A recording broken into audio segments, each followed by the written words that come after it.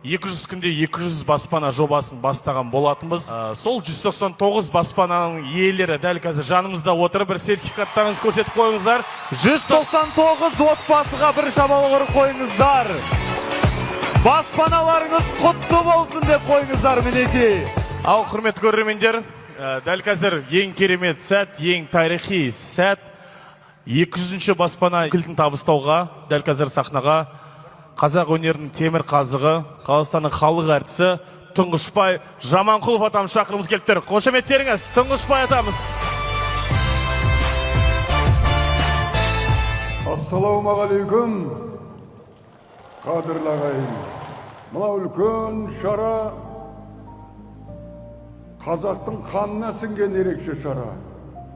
Қазақ деген осындай мейірімді, қайырымды ұлтпыз.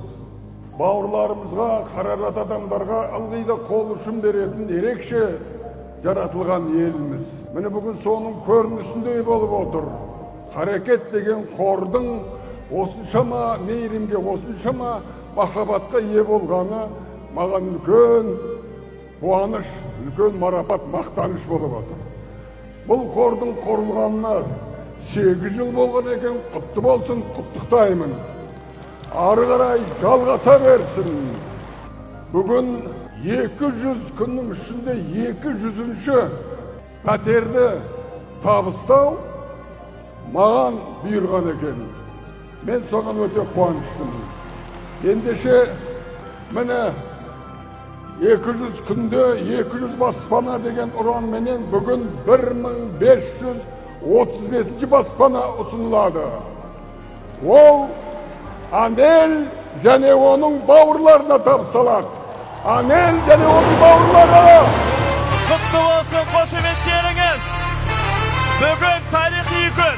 Дәл осы тарихи күнді біз бірге жасадық. 200 күнде 200 баспана. Осындай тарихи сәттің куәгері болып отырмыз. Бір-біріміз үшін қуанып.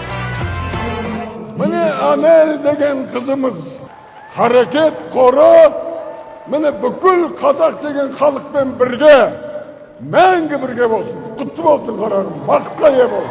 Баспана құтты болсын! Я очень благодарна. Спасибо большое. Это... Харекет. Халықтың қоры.